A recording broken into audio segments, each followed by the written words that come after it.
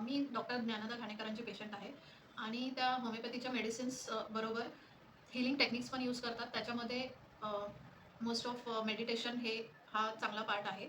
तर माझा एक अनुभव मी सांगू इच्छिते की मोस्ट ऑफ द मेडिटेशन करवताना स्टार्टिंगला मला पूर्ण ऑफिसचे वगैरे किंवा घरात काय चाललंय असे थॉट्स येत राहतात. तर थोड्या काळांतराने एक असा फेज येतो त्याच्यामध्ये पूर्ण असं शांतता जाणवते आणि जेव्हा 15-20 मिनिटानंतर डॉक्टर काही सांगतात की बाबा आता तुम्हाला कसं वाटतंय किंवा काय, तर त्याच्यामध्ये तो जो मधला फेज आहे त्याच्यामध्ये खूप खूप शांतता असते आणि मी त्यावेळेला कुठे होती हे मला समजत नाही. आणि रिसेंटली आम्ही आणि खूप म्हणजे मेडिटेशन डॉक्टर जेव्हा करवतात, काही पेन होत असेल तर त्या पेनकडे लक्ष द्या असं बोलतात. तर त्या पेनकडे जेव्हा लक्ष द्यायचं थोड्या वेळानंतर ते पेन हळूहळू कमी होत जातं.